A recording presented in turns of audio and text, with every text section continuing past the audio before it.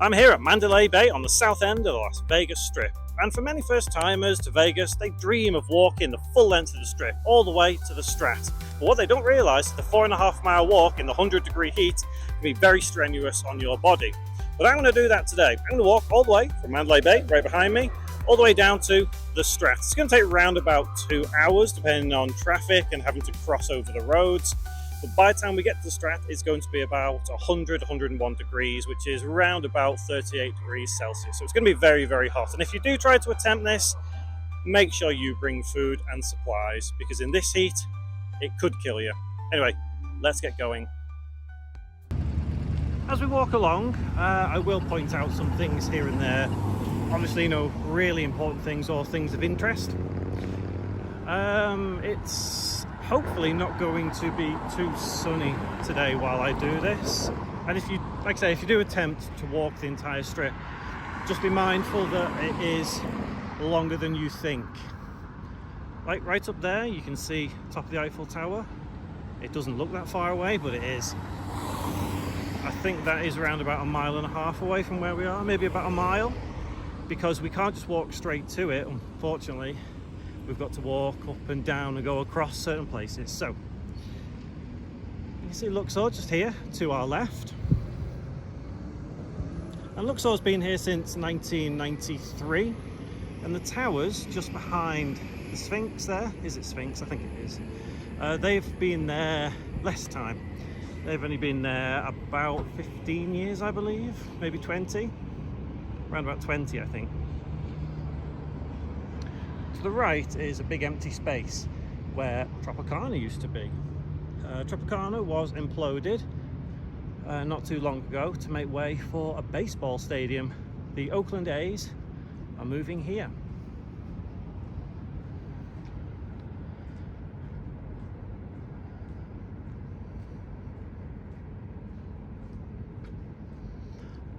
I always find walking down the Vegas Strip early morning is very peaceful. Like, there's no traffic on the road going past here at the moment. So if you are in Vegas and you do like a bit of peace away from all the chaos of the casinos, early mornings are definitely for you.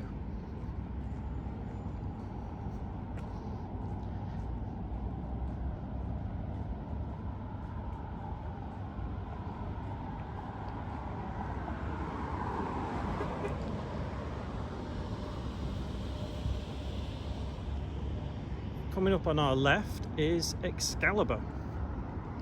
And Excalibur has been around a little bit longer than Luxor, a couple of years.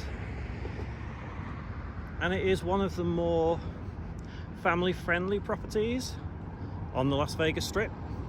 So if you do intend to come here with little ones, children, grandchildren, nieces, nephews, Excalibur might be one of the better places to stay.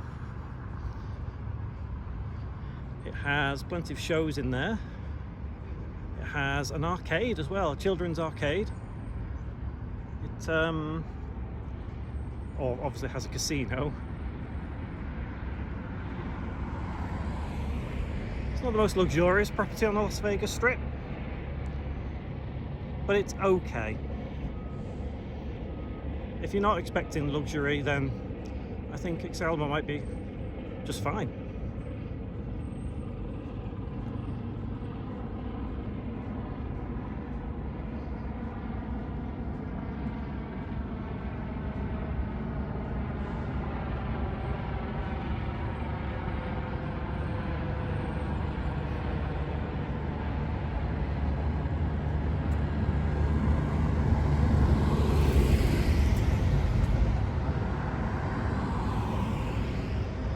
I think you'll find most of the time that this area of the strip, or at least the bit we're walking now, doesn't really get too busy in terms of foot traffic.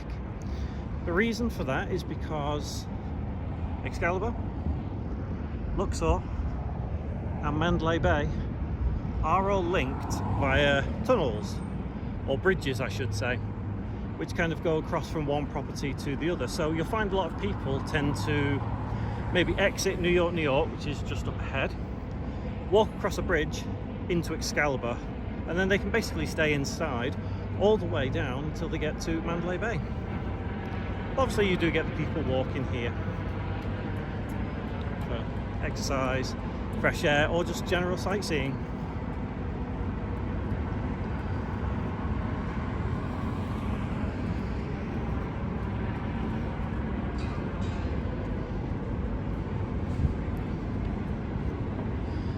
Luckily for us as well, there aren't too many places where we have to wait to actually cross the road. As we get further up into the strip, you might be able to see it already, although it's not in use right now. There are some bridges that go across Las Vegas Boulevard, which is what is known as the strip. The only few times where we have to wait to cross is back there at Mandalay Bay, here on Reno Avenue, and then a little further up once we get to the north end of the strip. So this is a nice area to probably kind of stop and just have a quick pan around. Obviously MGM, I think, is one of the more well-known properties, or the MGM Grand I should say, which is just over there. But generally it's not a property that I have an affinity for. I much prefer the other MGM branded properties. I guess everyone has their own, preferences when it comes to properties here in Vegas, whether you do want to be a Caesars member, MGM member, a member of both, or whatever. It really is up to you. But this is lights changing now, so let's carry on.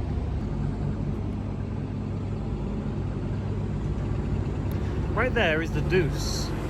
That is a bus that you can pay to travel up and down the strip, all the way to downtown if you want to. And honestly, it might be a better option than actually walking the entire thing. It'll certainly save your energy. So just up ahead is, I suppose, what you could affectionately call Four Corners. This is the intersection between Tropicana and Las Vegas Boulevard. And the four hotels that used to sit on there, being Tropicana, but now it's gone. The other three are MGM Grand, New York, New York, and Excalibur. Now, New York, New York has been here for perhaps 30 years now. I think it was mid to late 90s when it was built. It may even been a little bit earlier actually. But obviously, with it being called New York, New York, it is modelled slightly on the New York skyline. And since it was built, the New York skyline's obviously changed. New buildings have been built. But I think it's still iconic in a lot of ways. It's also the one that has the big red roller coaster all the way around the outside. And you can pay to go on that. It used to be like a yellow taxi kind of theme. New York, New York also has an arcade for like families, that sort of arcade with games and everything. So it is catered towards families, just like Excalibur is.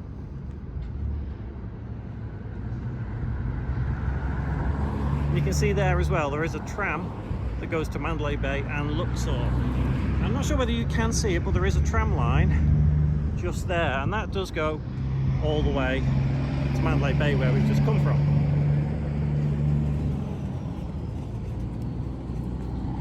Like I said, this pedestrian crossing, this bridge coming up now, used to be the one that went to Tropicana, but they have since closed it off because there is no reason that anybody should be going across this bridge. And there was another one, you might be able to just see it over there, that comes across from MGM Grand, that used to go to Tropicana as well. Again, there's no reason for a pedestrian to go there, so it is closed off.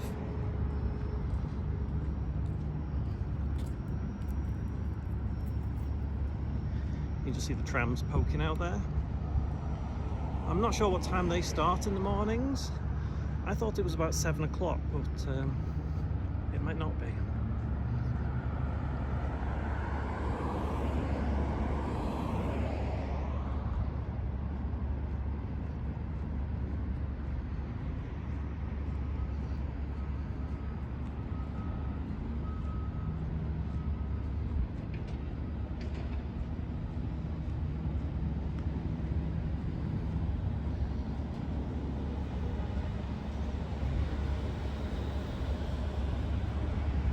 It's where you purchase your tickets for the Deuce and the SDX, which is the Strip Downtown Express. So it's a little bit like the Deuce, but it doesn't stop at as many stops. Kind of maybe makes the journey a bit shorter, hence the Express name.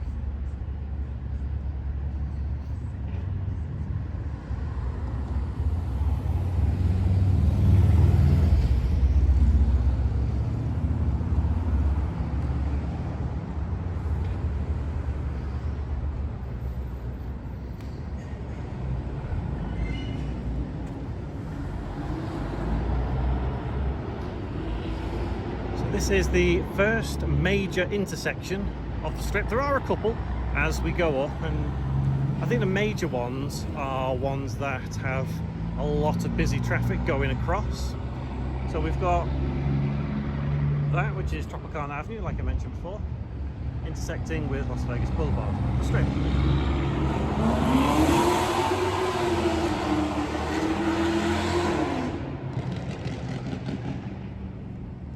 So there are two ways we need to get up to that bridge. You can go that way and then just to the right, or you can go up the escalators here. Now, with the escalators in Las Vegas, it's a reoccurring theme where they do not work. There are times when they are turned off for safety reasons, when it rains, for example, because it isn't really safe to use them in the rain. But most of the time they just seem to be turned off anyway for whatever reason. In this instance, we're going to go up here. We're going to go across this bridge right here, and then down the other side, so we don't have to wait to actually cross Tropicana. You find a lot of these pedestrian bridges, you can get some nice photos, you know, selfies if you want to. There's New York, New York.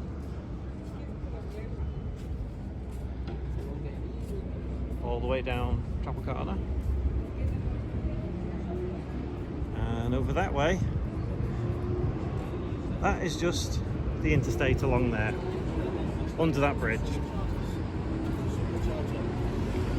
Now theoretically you can walk a large chunk of the Strip without ever going outside, mainly from Mandalay Bay all the way to Bellagio. However, we're going to stay outside in this video. But you could theoretically cut through New York, New York, cross over the road, and then you'd be in Park MGM. But we're here for the sights. Liberty, right there. And if you didn't already know, Vegas is a bit of a sports town. So they have the Golden Knights, they have the Raiders, and soon the A's. And there are times when Lady Liberty here will wear a jersey, big massive jersey.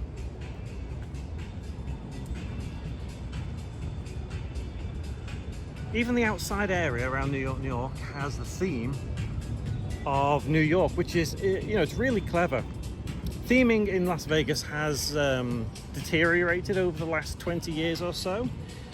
Back in 2005, you know, properties like New York, New York were still the big thing.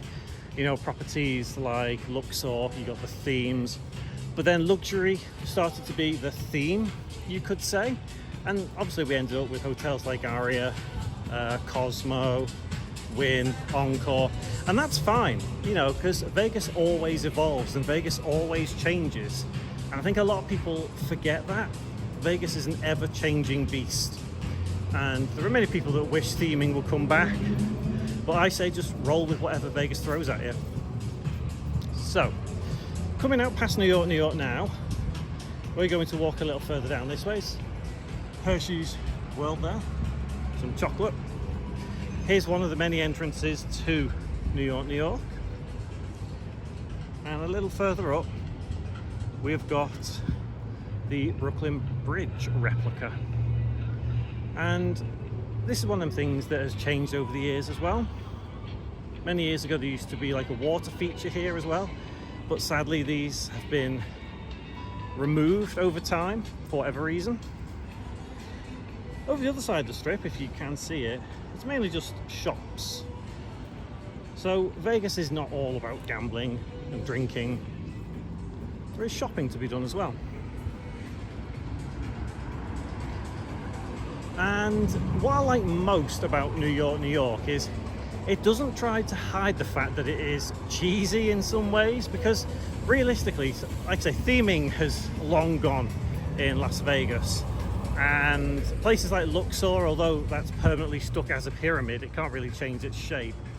The theming inside is not really like a pyramid anymore. It's changed, it just wants to do something different.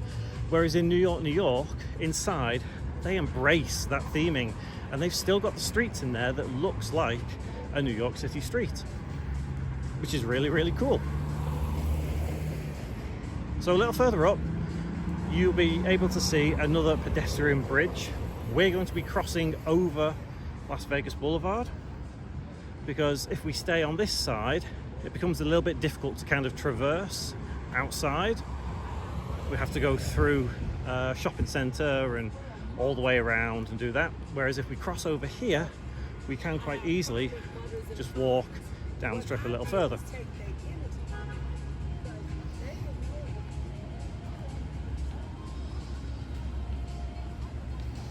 So this here, that big square building you can see, that is the Waldorf Astoria. It's one of the very few hotels on the Las Vegas Strip that does not have a casino in it.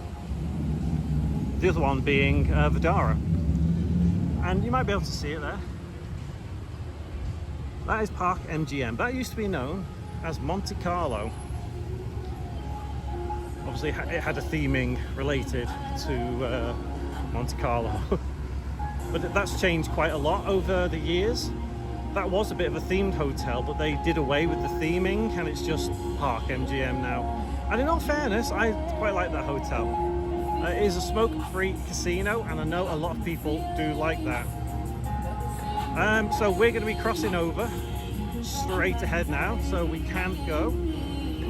This is not one of the major crossings on the Vegas Strip. This is one of those where you can kind of irregularly cross, because the cross traffic, there isn't too much of it. It's generally just people who are coming to Park MGM and parking up. So let's go up these escalators right here and across the bridge. Oh, I should mention this is Italy as well. Play on words because it sounds like Italy. Italy.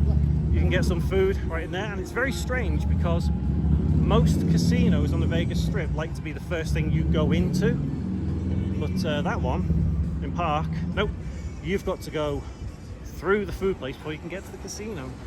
Now these escalators are working both sides, so I think that's a bonus, the fact that this is working, but I can't see whether they're working the other side. Hopefully they are. In fact, hopefully all the escalators that we're going to climb up and go down today should be working. You can see in the background, Park MGM. Let's carry on walking forward. You see a giant guitar there. You used to be able to see that a lot better. It kind of changed though when they built this bridge a couple of years ago. I say a couple of years ago, I think it might be about 10 years this bridge has been here now.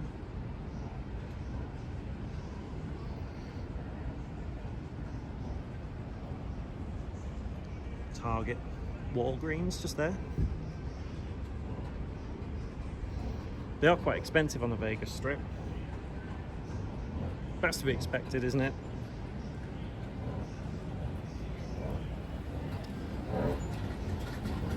Both of these escalators are working. That is a pleasant surprise. You can get a good view of the Strip from here.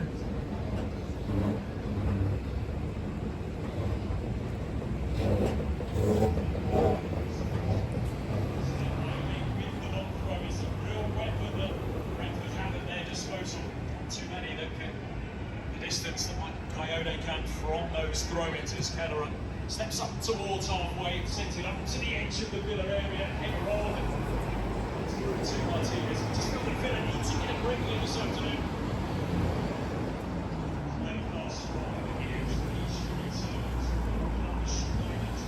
To our left here is Aria. that is one that is kind of set back a little bit. So this whole area to the left is known as the city centre, and it was built started about 2006 and completed in about 2010. And Cosmo, that you can see just up ahead, this tower here and this tower just here, they opened in December 2010. I think they were the last things to open, so they managed to survive that recession of 2008. There used to be another hotel here called the Harmon, and it still has its road named after it, even though it hasn't been here for about 10 years now. So that hotel was built, not fully, but it ended up being sort of not condemned, but it was unsafe for use, so they had to take it down. Massive legal process there. These two yellow towers here are not hotel towers. They look a bit strange. That is because they are genuinely leaning. They're known as the veer towers, I guess because they veer from one side to the other. Those are residential places. So if you fancy living on the Vegas Strip, there you go. You can live there. So this place to the right of me here is brand new. I don't think it's even quite complete yet. A couple of years ago, this whole section was like a Hawaiian marketplace and some other buildings. There wasn't really too much going on here to an extent, but they decided to tear it all down and build BLVD. Big shopping centre.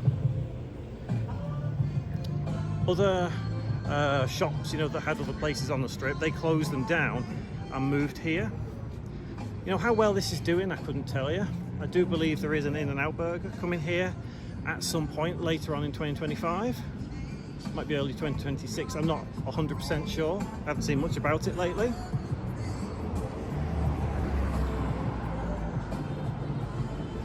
And that kind of spiky looking strange building there, that is the Crystals Shopping Centre. And I have to say, I've hardly ever seen anybody in there, but they always do theming in there, like when it comes to Halloween and Thanksgiving. I have seen at least some kind of little theming going on in there, which is a good thing, I think. They used to have like large ice pillars in there, but I don't think they do anymore. They haven't for a couple of years. Another thing I want to say about this is this feels, although it's brand new, it feels like it's not worn, but it has been here it looks like it's been here for years, because it does feel a bit dirty, even though it's brand new, which is very, very strange. ABC stores right here, even though there was one just a little further back. So they have two, like within a couple of 100 feet of each other, which is a bit strange. Just over there, you might be able to see the top of it, is the world famous Bellagio. And I think that is one of the most iconic hotels when it comes to Las Vegas. People always dream of staying in the Bellagio.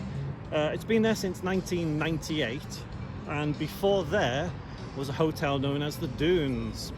And the Dunes goes way back to the kind of mob era of Las Vegas. And if you didn't know, Las Vegas was actually run by the mob decades ago.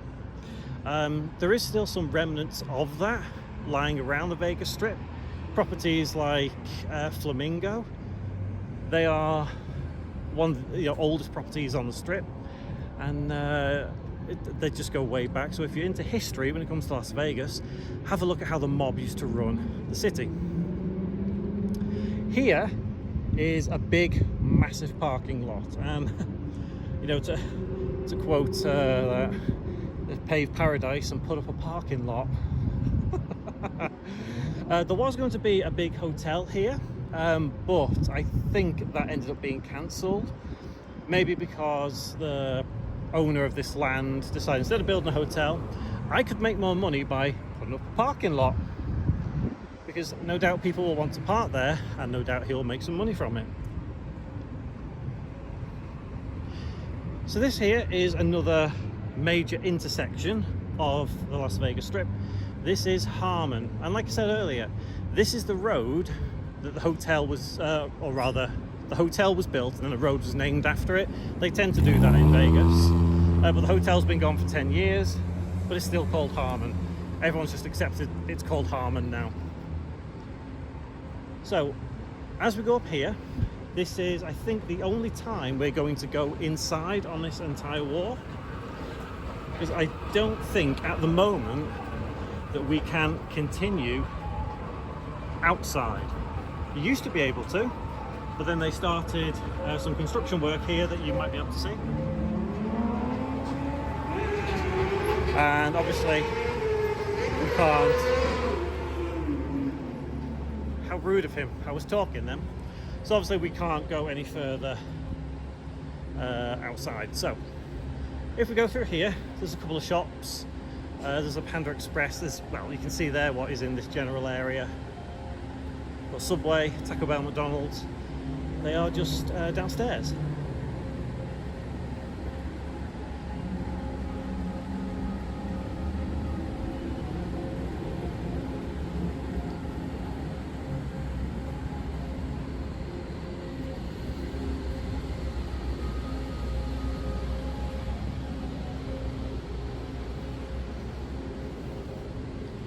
So yeah, this is the construction work, and I'm hoping we can get through. We can. I'm gonna say, even though the shops aren't open, I would still expect you to be able to kind of get through here, because then how else would you get across the street? You got to go all the way back around, which is just silly. So yeah, obviously everything is closed in here at the moment, but that doesn't matter for us because we are on a walk. We are on a mission. I think we've been going about half an hour now, and we are just over a quarter of the way to the end. So it's only a small inside section, this, but on a hot day, the air conditioning in here, oh, it's very much welcome. So as we come out here, hopefully these escalators are working. So you could go across to Cosmo right there if you wanted to. But we're going down these escalators because we're staying on this side of the strip for the rest of the way. Now, every hotel we've passed so far has been owned by MGM. And the most northerly MGM property on the strip is the Bellagio, which you can just see behind there. We'll get a better view in a moment. And to our right here is Miracle Mile and Planet Hollywood. And Planet Hollywood is the most southerly property of Caesars. So they're almost like they're switching over at this point, because MGM owns the south, Caesars owns the north. Well, not all of the north, there are some other properties up north as well. But once you get past Bellagio, there are no more MGM properties. A lot of people do say that there is kind of a monopoly when it comes to properties on Las Vegas Strip, because, you know, most of them are Caesars, most of them are MGM, but you do have others like the Venetian, Palazzo, Resorts World, Fontainebleau, so it's not as though they're the only ones. But yeah, a lot of people do prefer to stay in MGM or Caesars, obviously, because there's a lot more of them. We're coming up now, having a look at the Bellagio. So there is the big billboard sign, I guess, for Bellagio. And just there, actually, you can see the big balloon of Paris. That's cool. So all of this does light up at night. Not as neon-y as it used to decades ago. That's changed quite a lot, unfortunately. A lot of people do have a lot of nostalgia for the neon era of Las Vegas, but you know, as I said earlier, you've got to move on. You've got to accept whatever Las Vegas wants to throw at you. And if it does sound like I'm shouting, I do apologize. I'm just trying to avoid the copyright issues that I might get with the music booming out. I'm not even sure who that is, to be honest, but oh, actually, yes, I do. Is it Kelly Clarkson? Is that who it is? I don't know, but it's really loud and I don't want to get a copyright strike. Anyway, we've got the Bellagio just there. That's, like I say, that is the most iconic hotel, I think, in all Las Vegas. The way it curves around almost makes it feel like it's edges, its arms are kind of reaching out and trying to, you know, embrace you and bring you in and make you feel welcome. A lot of casinos like to try and do that, and holy crap, that music is so loud. It's like, it's this early in the morning and you're blasting music out like that. Why are you doing that? I'm not sure. That doesn't feel inviting to me. Anyways, we come further down. You might just be able to see it. That is the water feature in front of Bellagio. And from, I think it's about midday onwards, they have the fountains show. And again, I think that's one of the most iconic things about Vegas. People love seeing the fountains. They come to see the fountains, and when you walk past, like at night time, and they're all lit up, the sidewalk in front of Bellagio is always packed full of people. So on the right here, like I said, is the big Paris balloon, because behind that is the Eiffel Tower. It's a replica, not the actual Eiffel Tower, obviously. And that is because this hotel right here is Paris. Look, there's a replica of the Arc de Triomphe. Is that how it's pronounced? My French pronunciation may have ruined that. But as we go further on, you can see just behind those palm trees there is Caesar's Palace. And in the distance, you might be able to see it, is the old Mirage. That used to be owned by MGM a couple of years ago until it was bought out by Hard Rock. And Hard Rock used to have a hotel about a mile and a half down Harmon Avenue, and they sold that to Virgin. Virgin haven't done very well there, and Hard Rock are now building a guitar hotel in front of the old Mirage, and they plan to basically renovate the whole thing. So it's going to be closed for a couple of years until they get everything done, and I'm quite excited to see what it'll look like when it's done. So coming up on the right, just here, is another hotel that has changed hands. So it used to be known many years ago as the MGM Grand. Yes, I know there's an MGM Grand further down, but this was the original MGM Grand. And there was a fire in the 70s, which is quite sad, unfortunately. And over the years it changed hands. It then became Bally's, owned by Caesars, and it is now known as Horseshoe.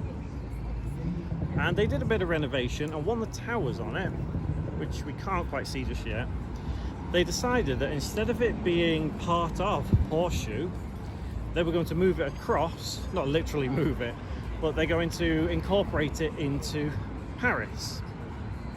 So both hotels are owned by Caesars, so realistically it didn't really matter which hotel that tower belonged to, but they made the decision to move it to be a Paris tower, and that's it just there. It's got balconies on the front now.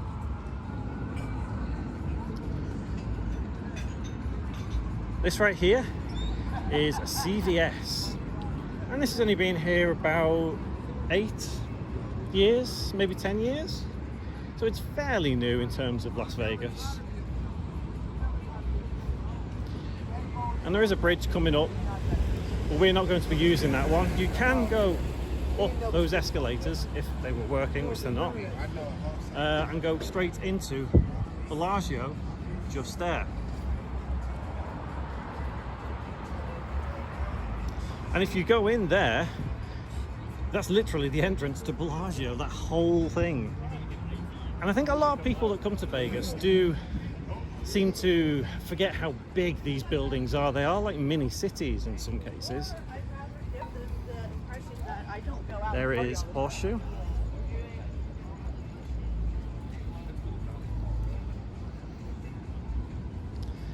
And these two buildings here are new as well. So before Horseshoe turned into Horseshoe, when it was still Bally's, they kind of built this area here with all the shops and everything. And then in I think late 2023, they started construction on these two buildings to the left. And I think they finally finished it early 2025. So they are fairly new. And straight ahead of us is the Cromwell. Now, the Cromwell as a hotel is relatively new. It's been here maybe 10 years now, I think. But this building itself has been there for quite some time. Before it was known as the Cromwell, it was known as Bill's Gambling Hall. And it's escaped my mind what it was known before Bill's Gambling Hall, but this building has been here for a number of years.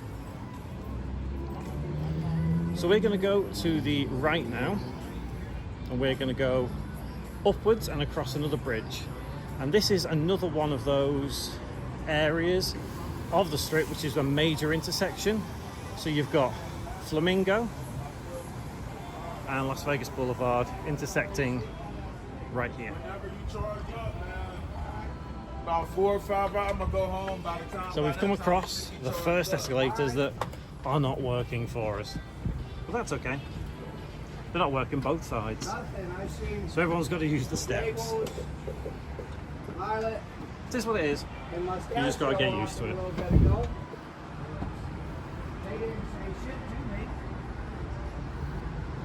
See if we can get a better view of Horseshoe from up here. I think we can. Sun's very bright this morning, but there we go. And that is that way down Flamingo. You can see the Rio in the distance there. The Rio, I think, is not as good as it used to be, but they have Penn and Teller as the show in there. But with Penn and Teller getting on a little bit now, there's no telling how much longer that they could be doing their magic show in there.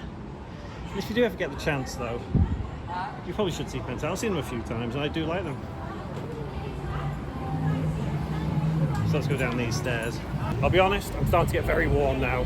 I think you can generally consider that Flamingo intersection is the halfway point of the wall, maybe just under.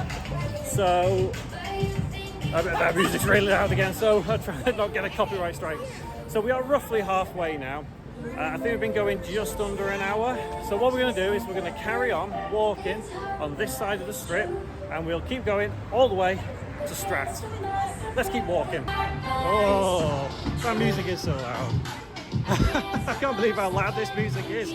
It's like the weird thing is, we started walking past all the MGM properties and there was no loud music, but now we start walking past all Caesars and they want to blast all the music out to us and give me copyright strikes.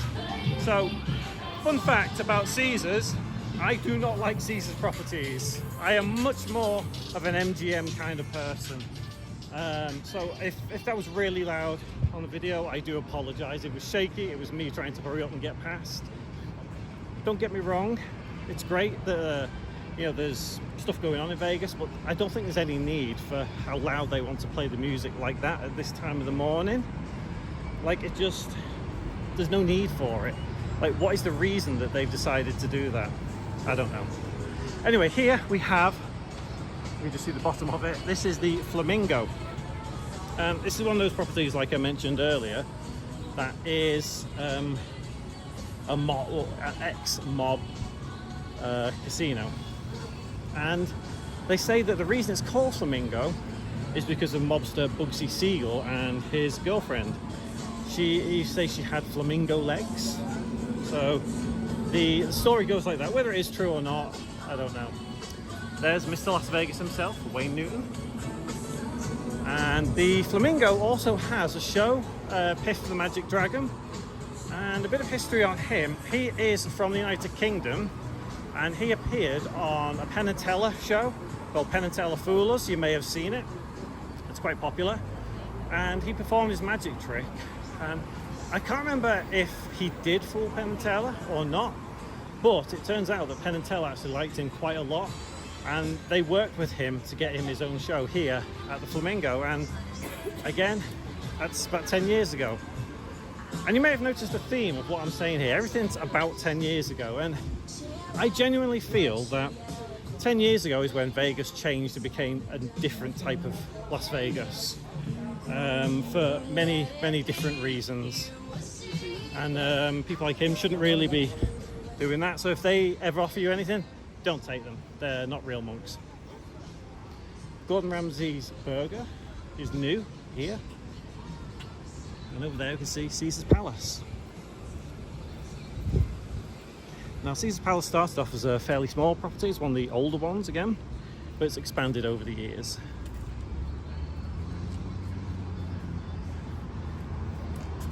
Oh!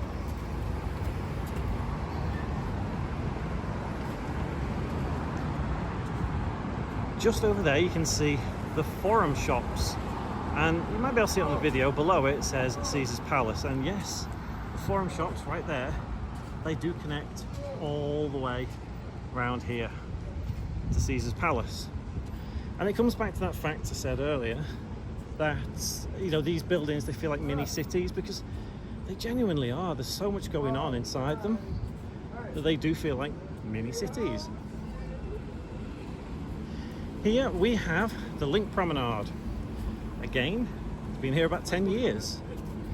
And there it is again. It's a case of 10 years ago is roughly, I think, when Vegas changed forever. Is that a good thing?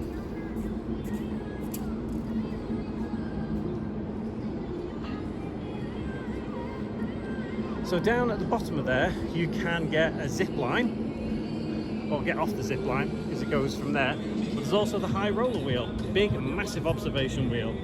Until a few years ago, it was the largest observation wheel in the world. This hotel here on our right is known as the Link, L-I-N-Q. Very hip, I guess. I don't know. Before that, it was known as the Quad for about 18 months. And before that, it was known as the Imperial Palace. And the Imperial Palace has been here for decades. But not all of this building has been here for the same amount of time as the Imperial Palace.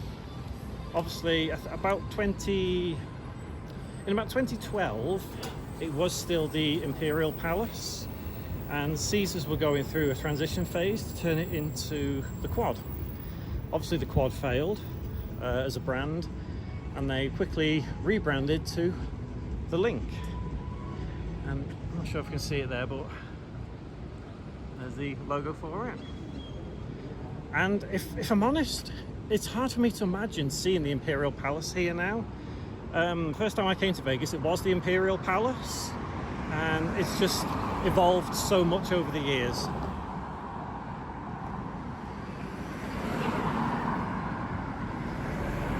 Coming up now is Harrah's.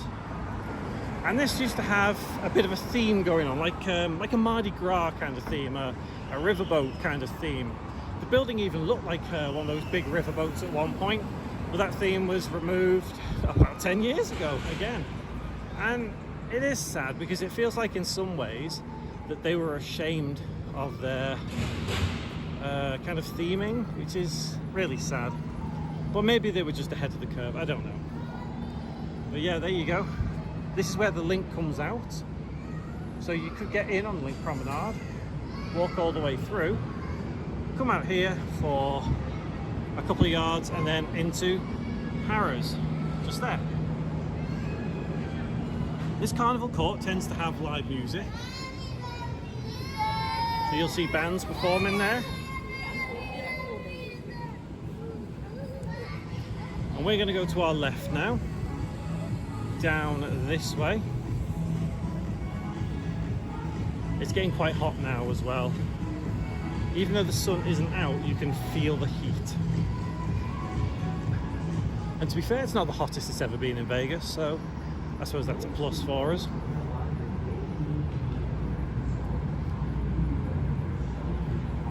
And these are the Forum Shops again. This is the entrance. And as we turn around here, this big construction building here, that's the Guitar Tower, that Hard Rock R building. It's coming along quite quickly. So, well, we can't see it right now. view's blocked, but as we get around here, you'll be able to see a little bit better. So it may not look like a lot, but that is a lot of progress in a short amount of time. I do believe that in about a year's time, they will be topping out this guitar tower, and they will also start changing the glass on the old Mirage to a blue colour. So in about August 2026, the whole resort will start looking more like something in Vegas rather than just a massive construction site. I think it's scheduled to open in 2027. So once it does open, I suspect it's going to get a lot of business because people are going to be really intrigued by this guitar tower. I've seen a lot of hate for that guitar tower as well. So for people, imagine in Treasure Island, their view is now blocked of a South Strip view because you're going to see a big massive guitar in the way. But it is what it is. Remember, Vegas is always evolving. Oh, I just got a blast of aircon coming out of Harrah's there. So this here is one of the very few McDonald's left on the Vegas Strip. I think there is 4. There is one down by Mandalay Bay. There is one on Harmon Avenue on Las Vegas Boulevard that we kind of walked above before. There is this one here, and then there is also one further up by Slots of Fun, which you'll pass in about 10-15 minutes time. You won't be able to see it right now, but it is further up the strip. So here is Treasure Island, and they kind of rebranded again, maybe about 10 years ago, to TI, maybe to make it a little bit more hip, a bit more modern, attract the younger audience in. Whether it worked, I don't know. I honestly couldn't tell you. No need to wait in line to join the club. This is Casino Royale. A lot of people swear by this little casino, and I quite like it. At the back of it, you have some really, really cheap hot dogs. Get more chances to win with Well, they used to be cheap. They're $3.99 now, and I remember the days when they were. Well, earlier this year I think they were $3.49, and last year I think they were $2.99, and before that I think $2.49. So they have gone up a little bit in recent years, but then again, so is everything. Earning player payback rewards for your slot and video poker play. Get your players card from Walgreens just here with the Denny's above it, just there.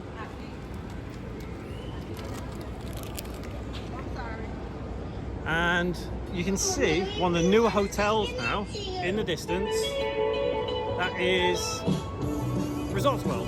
And Resorts World actually has 3 hotels in it. It has the Conrad, it has Crockford's, and it has Hilton. And I think they are all under the same parent company, I think. I might be wrong on that one, but generally, I think Conrad is the more luxurious one. Is that the right word to use? Whereas Hilton is the more common one. I know it's weird to say Hilton's common, but yeah, I've never actually stayed in Resorts World. I would like to. But Resorts World does tend to have a lot of bad press from time to time, which is, I suppose it's not good for them. But then again, a lot of these hotels, casinos, they get bad publicity, they get bad press, so it's not as though you can single one out because none of them are exactly, perfect. Bring back the mob days, maybe. Who knows? So here is the Venetian and Palazzo. So here used to stand a hotel known as the Sands, and that is, bringing the old days from Vegas back into back into view.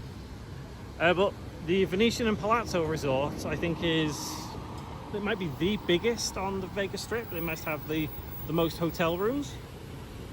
At one point, it might have even been the biggest in the world. But it's a very nice place. It is very nice. And here is one of the very few water features still left in Vegas. Yeah. In 2025, well, starting in 2024, I think, they just started removing a lot of the water features in Vegas. It might be something to do with how Lake Mead is you know, about 100 feet away from dead pool level. But I very much doubt it, because a lot of the water is recycled, I think, the way they do it. So I'm not quite sure what that's all about. There is another pedestrian bridge just here, and that goes inside the Venetian, and it kind of goes all the way in there and along there. You can get into the casino up there.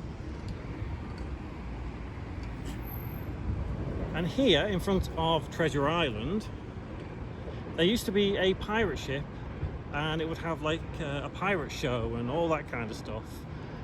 Well, that's long gone. I think that disappeared a lot more than 10 years ago. You could theoretically walk along there, or you can go in here. I was hoping there might be a little bit of air blasting in here, but there isn't. Never mind. So this section here is where the Palazzo area begins. Both of them are linked inside, so you can get from one to the other. See, there you go. You get Palazzo that way. And there's another view of Treasure Island, or TI. And what I have just noticed is, just over there where the pirate ships are, I can see a water fountain. I don't think I've seen anything like that for quite some time in front of TI. I wonder what that's all about. So there is the entrance to Palazzo. There's a pedestrian entrance just there.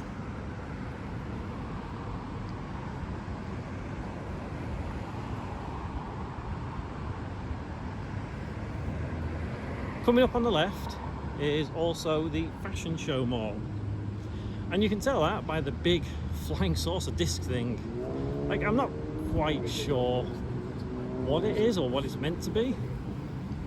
But Fashion Show Mall, I think, is the biggest mall on the strip. It has got food in there, it's got plenty of shopping. It's not like all high-end stuff like Crystals back a couple of miles back. There is obviously, you know, some tat shops, and when I say tat, I mean like gift shops and, you know, things that you can buy. But then there's also like clothing shops, footwear shops, all that kind of stuff. So it's a proper mall. To the right now, you might just be able to see it. You've got Wynn and Encore. So Steve Wynn is, many people believe him to be one of the pioneers of the modern day Vegas, and I do believe that. Steve Wynn's history, personally, is one a lot of people, you know, I guess they fell out with him. You know, what he did, what he didn't do. I'm not here to discuss what Steve Wynn did or didn't do. What I'm concerned about is how Steve Wynn changed Las Vegas forever, in a good way. So Steve Wynn's baby, we could say his big project, his baby, was the Mirage. And obviously that was the first like mega resort in Las Vegas. And he also went on to design Bellagio. I think issues occurred and whatever else, and then MGM ended up with it. But then he built Wynn, and then he built Encore. And the special thing about Wynn and Encore is that they were built in a time where the recession was hitting. And yes, I know, city centre survived, but so did Wynn and Encore, even though Wynn and Encore are so much further up the strip. Because generally not too many people walk up this way in the strip. It's not as desirable, I guess is the right word to use. But both these hotels have survived. They're said to be some of the most luxurious hotels on the strip. Obviously, you've got likes of Venetian and Palazzo and Bellagio. But I think they are very iconic as well in terms of their design. So we need to go up here and across. And this is Sands Avenue. And if you're into your F1, this corner here is where the cars come all the way down Sands and then onto the strip. And then drive down the strip, past the fountains and all that kind of stuff. I'm not big on F1 myself, but I understand that quite a lot of people are. But again, going back to earlier in the video, Vegas is more of a sports town now.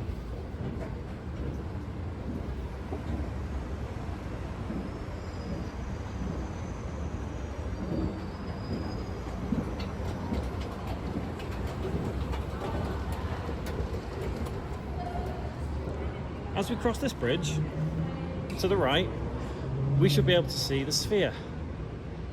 And the Sphere itself, I think, has become its own attraction in many different ways. Can't quite see it just yet, but you'll see it poking around the corner in a second. There it is.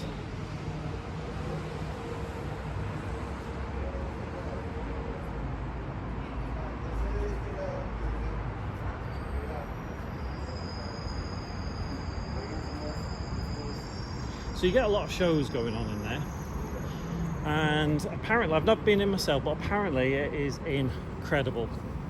So I'd love to see a show in there one day. I probably will. It's just whether I find time or not.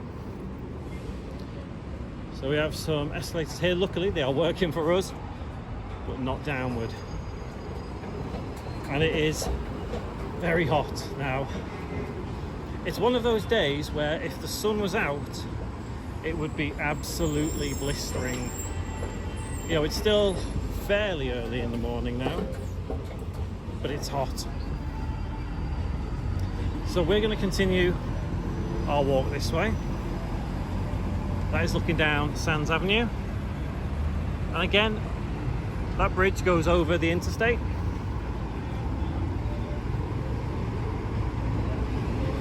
And over there is the entrance to the Fashion Show Mall, and you can get in there either on the ground, just here, first floor, or you can go up on that bridge and walk straight in. There is a floor further up in the fashion show as well, where the food court is, so that's where you get all your food. Now there used to be a fountain show here, but I don't actually know if Wynn still does it. It's not like the Bellagio fountain show, it's like on a much smaller scale, but it was nice when it used to do, especially at night time. So we are about 3/4 of the way there now.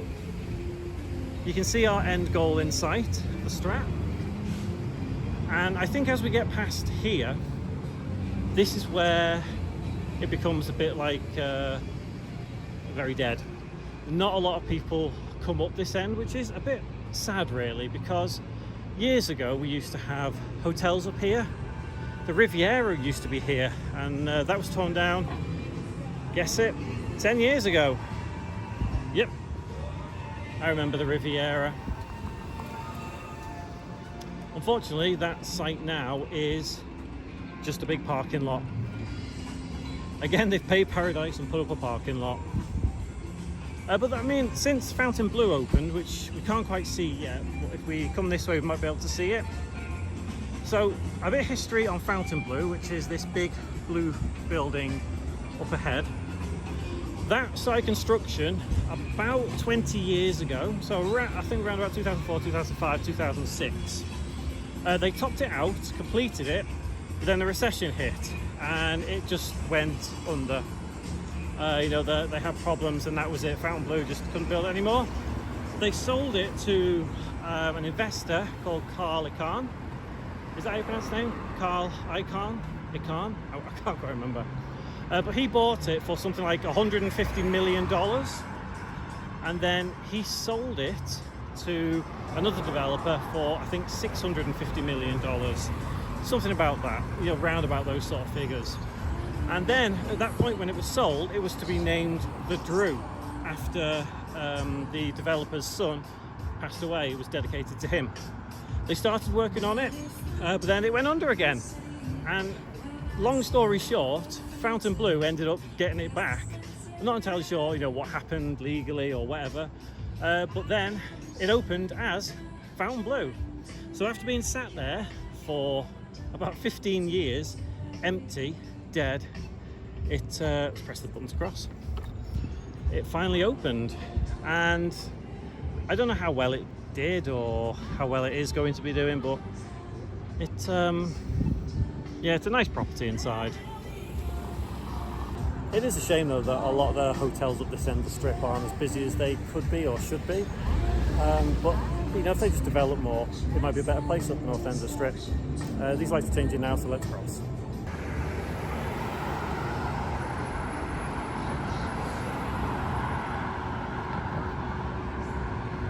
So on the front of Resorts World, you might be able to see it, is a large screen, and it looks okay. I mean, you can see it from quite a distance away, but the closer you get to it, I don't think it's quite as good as what it was first pegged to be. Like, it was supposed to be a really good screen, but because of the windows that they got to have for the rooms, it does make it look really shoddy when you get up close. Like, look at that.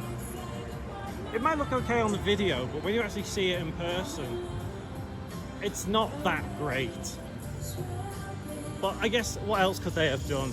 It's a genius idea, but you know, they should have really thought about it a little bit more. But never mind. Strat is getting ever closer now. I am very warm and very thirsty, so I am very keen to get up there and get a drink. And I mentioned it earlier in the video, if you ever do consider walking up the entire strip, make sure you are well prepared. Make sure you know, get what you can drink wise, make sure you have plenty of water. And I suppose if you can, don't do it in the heat of the day. Do it in the mornings like what I've done here. And over there is an empty site. It's been empty for quite some time. I think Wynn actually owns that piece of land, and they just never really built anything on it. I guess maybe there's just not the money there for it. But it could be one of those, you know, if you build something there, if you know, get rid of the parking lot where Riviera used to be and build another hotel there, there could be a reason for people to actually come back up this end of the strip. And I think that's why the likes of Resorts World and Fontainebleau aren't really succeeding, is because there's no real reason to come up here. The hotels further back down the other end of the strip, they're all linked together, so you can get from one to the other really easily. Whereas these, they're a bit too sporadic. The ironic thing is, I think the most profitable hotel and casino up this end of the strip is Circus Circus. And if you know anything about Vegas, you'll know that Circus Circus is a dive. There's no nice way of putting it. It's just not very nice at all. But some people love it. Personally, I don't mind it in there. I've never actually stayed in a room. I probably will one day for this channel. But I'm not sure what to expect with it. But I don't mind the casino. And again, I think it's geared towards families more, because there is a massive like arcade and an adventure dome, you know, like rides and everything at the back. So I do think it is more for families than obviously the likes of Resorts World or Fontainebleau. And as we come to the end of the Encore area here, we do come across some more shops. So these are like the, I guess, shops where you can get souvenirs and stuff like that from. I think they're going to be a lot cheaper than what they are further south of the strip. So if you are looking for cheap souvenirs, maybe make your way up here. Right now, Resorts World is free parking, and also Circus Circus is free parking. I think the free parking in Resorts World is only for a period of time, but as of right now, you can park in Circus Circus absolutely free anytime. And it's been like that for many, many years. Charging for parking on the strip is something that is really silly. It's getting more and more expensive for no reason. It's one of my small gripes with parking, you know, on the strip. Luckily for me, because I am Pearl with MGM, I can park at MGM properties for free, but with Caesars I unfortunately have to pay. But then it just comes to the fact that why would these properties want to charge people to park when they just want to get people in and gamble. I don't know. I really don't know.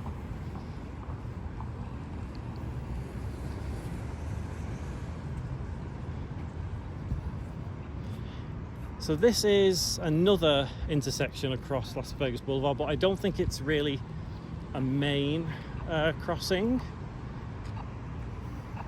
because it's not too busy, not like Flamingo or Tropicana. See a big Encore sign there.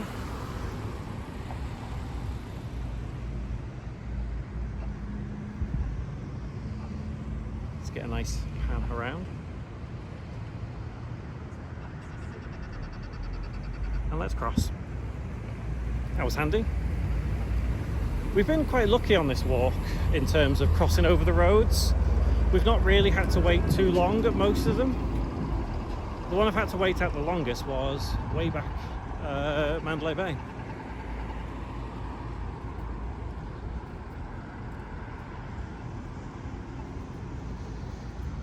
So that right there is one of the entrances into Resort World.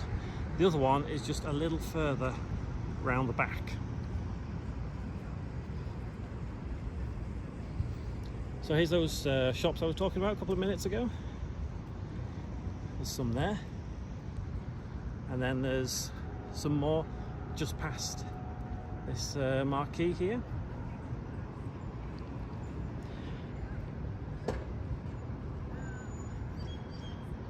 And you'll probably notice now that it's dead. The people have disappeared. Even though it's early morning, there was still quite a lot of people around the centre strip area.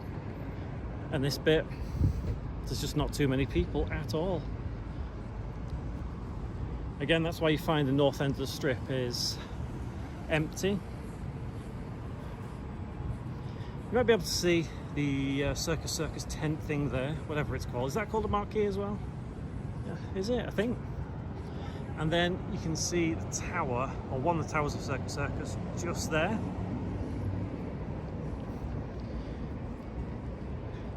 Everything $10 or less. I mean, it doesn't look like a shop I'd want to go in. Look at it.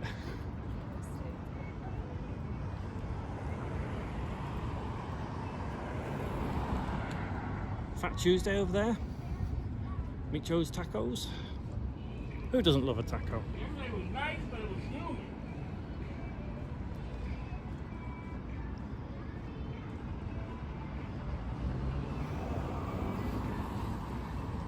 It's definitely a lot tackier up this end of the strip. But I suppose it's still a nice quiet walk. It's nice and peaceful. So we've got less than a mile now until we get to Strat, our end goal. And there's always a lot of debate about where the strip starts, where the strip ends. And for me, I always see the strip as starting about Mandalay Bay and ending at the Strat, even though technically of all these properties it is only the Strat that is in Las Vegas proper.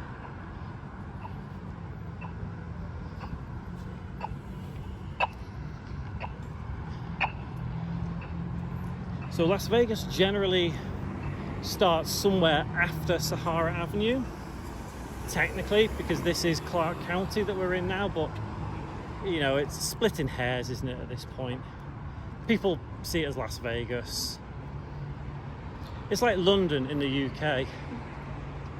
Some parts, you know, people think of London as, you know, the main city area, but London's actually a very, very big place.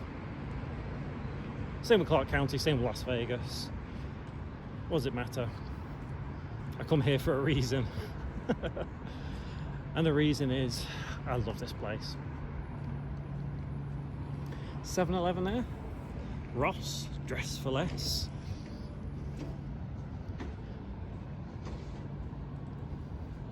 And just over there is the other McDonald's I was talking about. The fourth one on the strip. Of all of them, I think this is the cleanest one, the nicest one.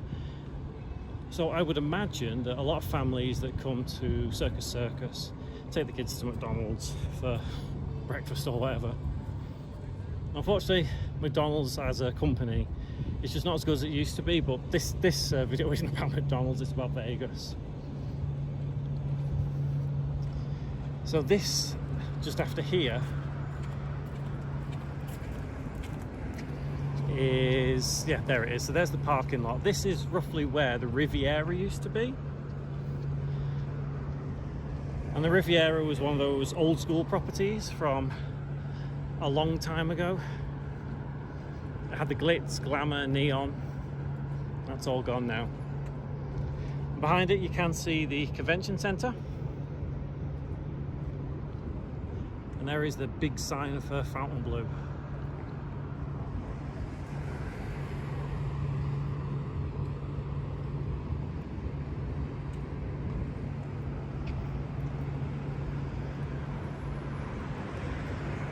And there is Fontainebleau.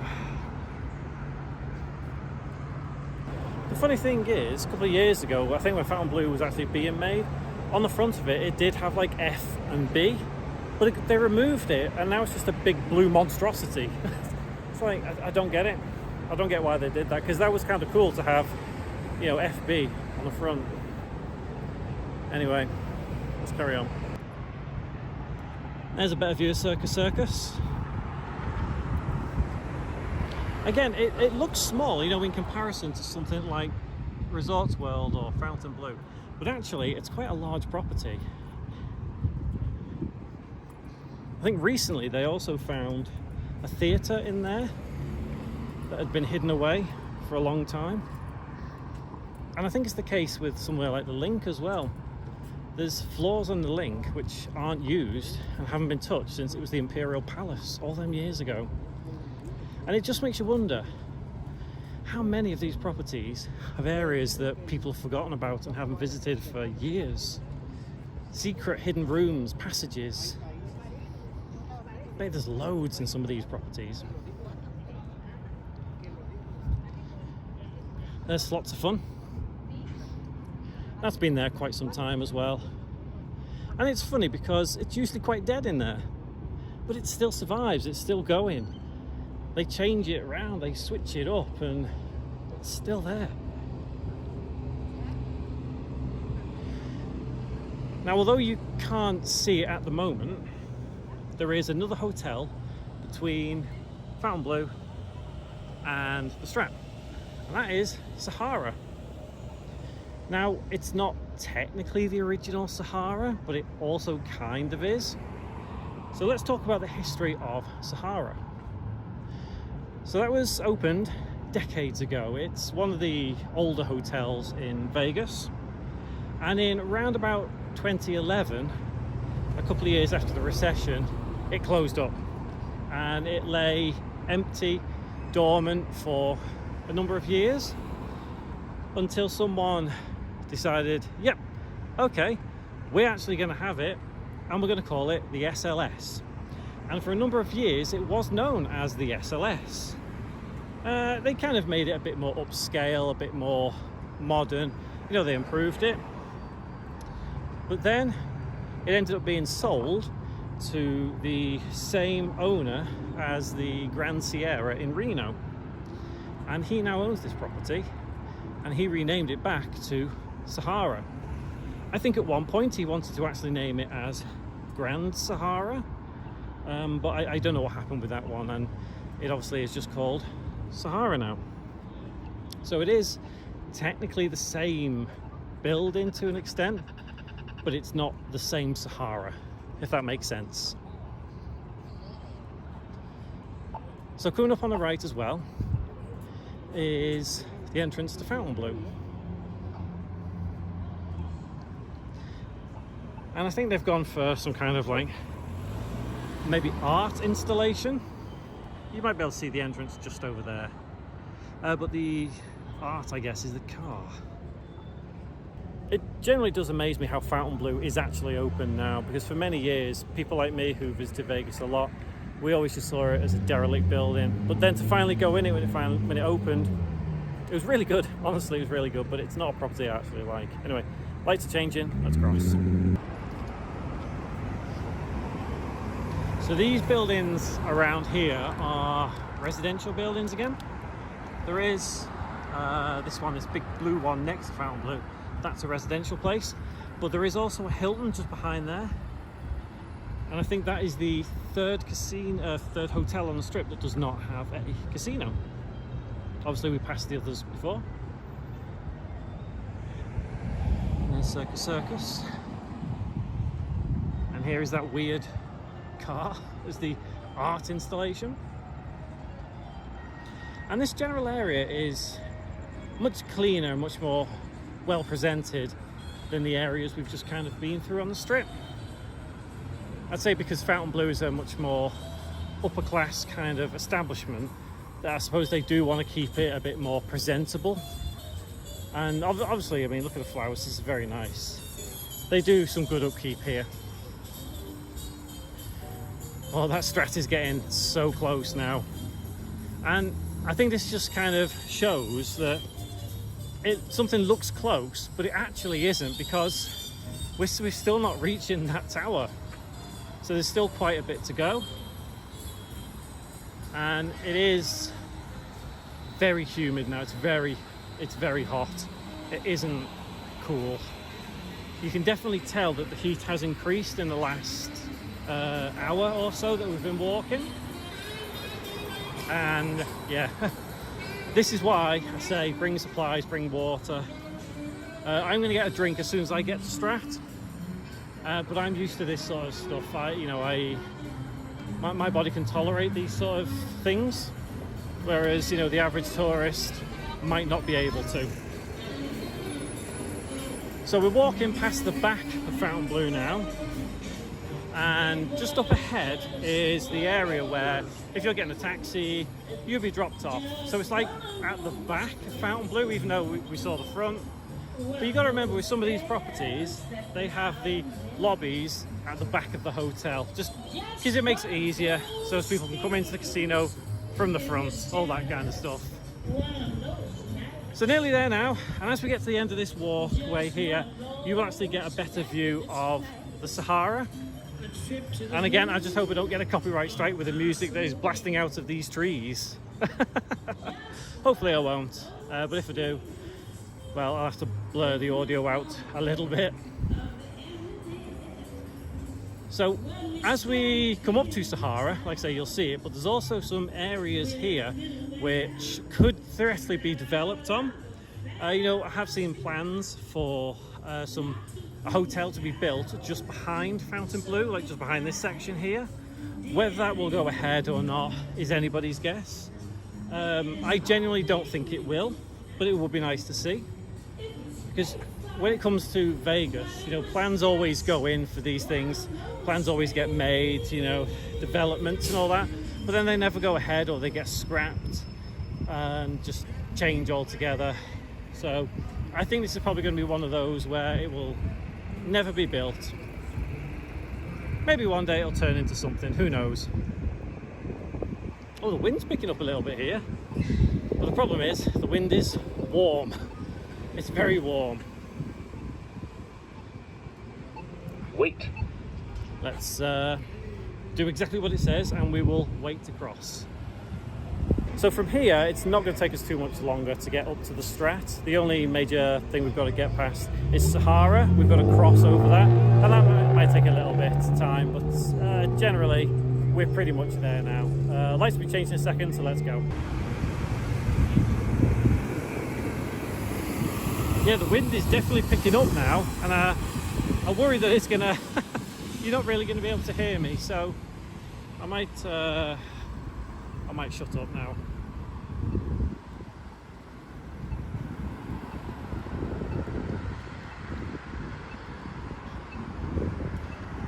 This is the land here I was talking about where they might build something.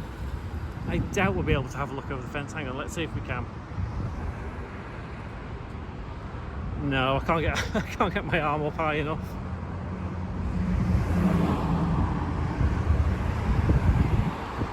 It's funny because at this point, if the Strat wasn't there, you would not think that this was Vegas.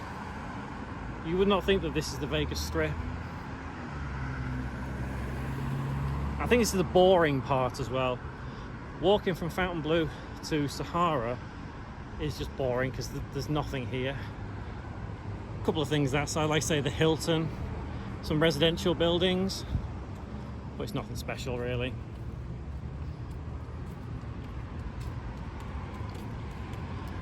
But we're still going to walk it. In fact, what we can do is just over there, you might be able to just see a little red building. That used to be a hotel and casino. I believe it was called the Lucky Dragon, and it was only open for I think less than 2 years. Look, I was one of the only people to actually manage to get in there and gamble in there. That was probably about 10 years ago now, actually. And since then, it's no longer a casino, but it is a hotel. I think it's called the Ahern, or Ahern. I'm not sure, but it's just a hotel now. Nothing special. It's not even on the Strip. It's actually on Sahara Avenue.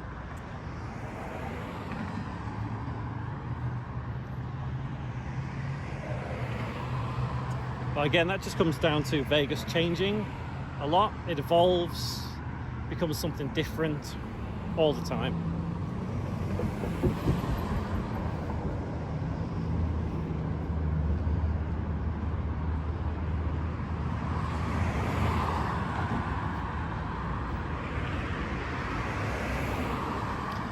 Should be able to start seeing Sahara just there. So if you can see the bollards just up ahead, if you go to the right of those, that's how you get into the Sahara itself. So you'd be dropped off there, get into the lobby, check in and go to your room or whatever.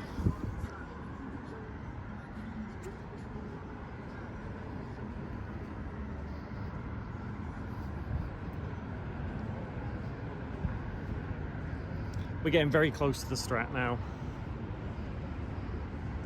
Very close indeed.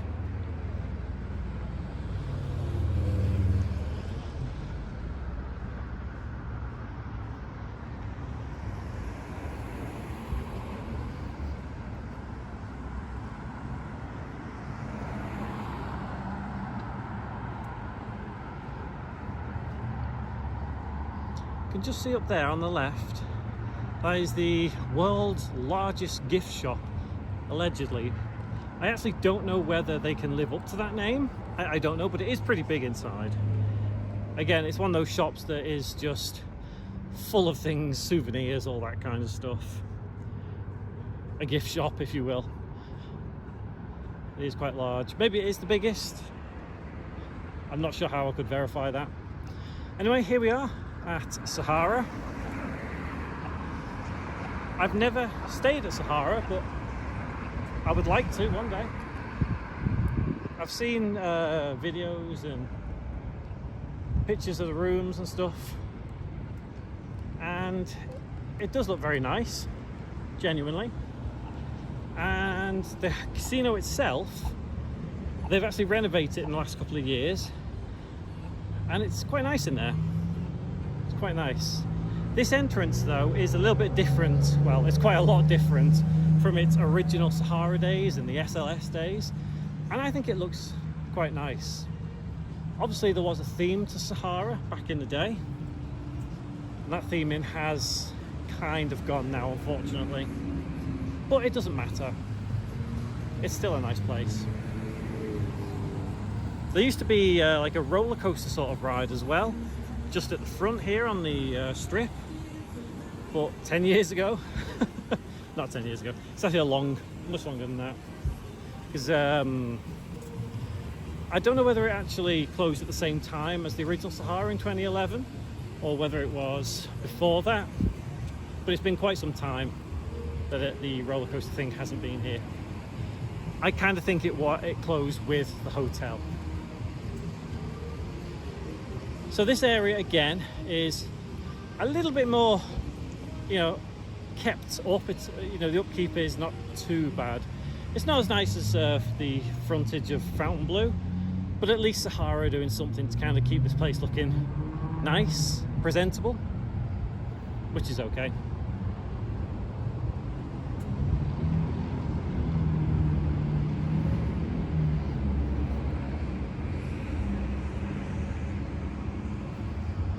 palm trees are blocking our view of Strat now, and we can't even really get Strat in full frame, which means we're nearly there.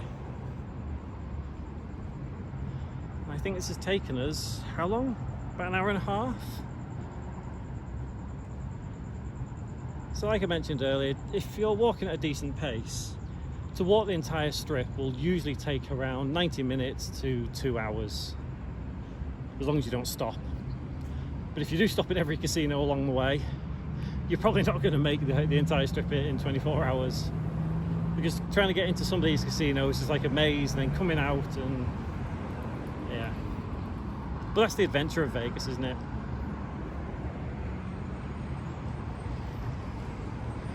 There's a Walgreens just up ahead. And I imagine people who are in Sahara probably use that Walgreens quite a bit. Because you'll find that generally here, it's cheaper than, you know, further south on the strip. Because Center Strip, if you go to Walgreens there or CVS, they can be a bit steep in price. But here is a little bit cheaper. I think it comes down to the whole supply and demand, doesn't it really? Right, let's press this. Hopefully we'll be able to cross Sahara pretty soon, but there is another McDonald's, but that is not on the strip. And down that way, that's how you can get to Summerlin. So literally, if you follow this road all the way down there, you'll get to downtown Summerlin, which is an area of Las Vegas that is actually quite nice. That's where Red Rock is. And that way, that is to the east.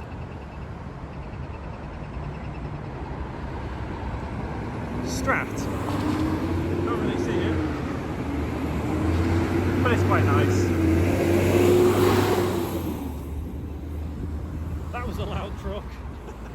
Apologies if that came up really loud. I was saying that some of the Strat rooms are quite nice. They got renovated a couple of years ago, so some of them are quite nice. It's been a while since I've been to the very top of Strat, so I have no idea what it's like up there. Maybe I should go back up one day. As I mentioned earlier, trying to get across some of these crossings on the strip could be quite troublesome and take longer than you think. But these are changing now, so let's cross.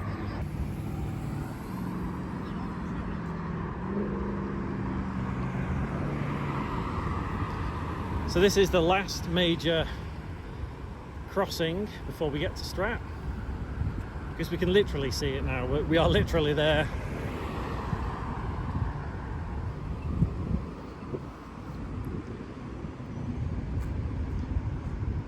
Just up ahead as well, you might be able to see like an arch. It says City of Las Vegas, and technically this is where Las Vegas truly begins. As I mentioned earlier, that back there is technically Clark County. This is technically Las Vegas, but I'm not splitting hairs.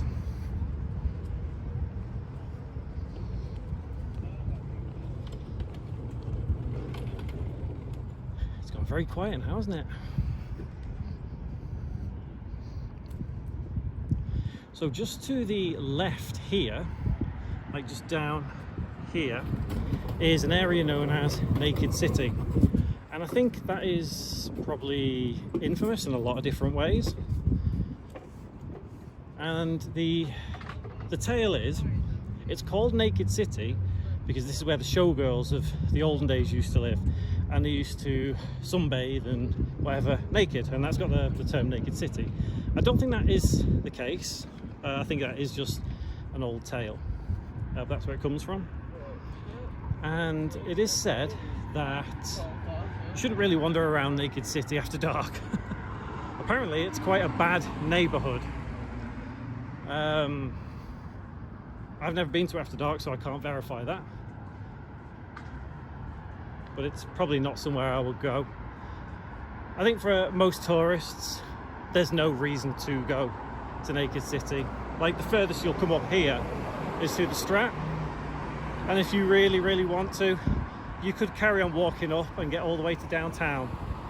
I'm not going to walk all the way to downtown because we've already walked just under 4.5 miles at this point. It's taken us I don't even know how long at this point. I'm pretty sure it's over 90 minutes. But I think most tourists will be happy walking from Mandalay all the way to the Strat.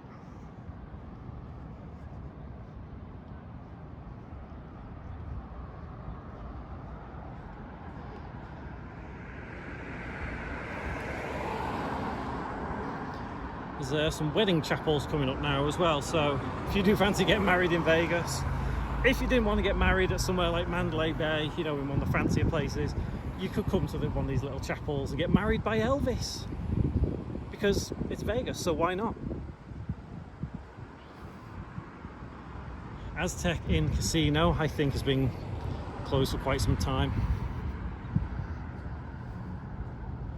But what we'll do now is, since we are here on Bob Stupak Avenue,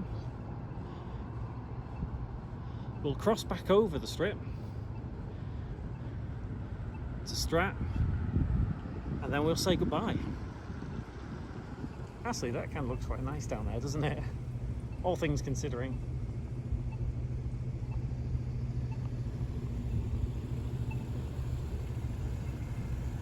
So you can cross here if you want to, or there is a crossing a little further up. We'll go to the one, in fact we'll cross here. We'll press the cross here because we'll be able to get a nice pan, a nice view of Strat. The casino in there I think has been renovated as well, and last time I saw it, it was very nice. So we'll cross here in just a moment. Obviously don't try and cross the Las Vegas Boulevard when it says don't cross and the hand's up there, because you never know if you're going to get hit. One thing I have noticed that we'll quickly speak about is you might be able to see in the distance two gigantic showgirls. That is another welcome sign, not specifically the famous one that's down the south end of the strip, but that's like welcome to downtown Las Vegas. So downtown Las Vegas is in Las Vegas rather than Clark County. And I'm thinking we should be able to cross any moment now. Hopefully we will. I'm just getting bored standing here, it's taking way too long. But them lights are still on green. In fact, I'm going to use this opportunity to say I hate trying to cross Las Vegas Boulevard. It takes so long, whether it is down here or whether it is further south that way. The one at Planet Hollywood and Bellagio, I think that's one of the main crossings across the boulevard, and it just takes so damn long to wait for the man to walk. So let's cross and let's complete this 4.5 mile walk. Let's get across here while we can.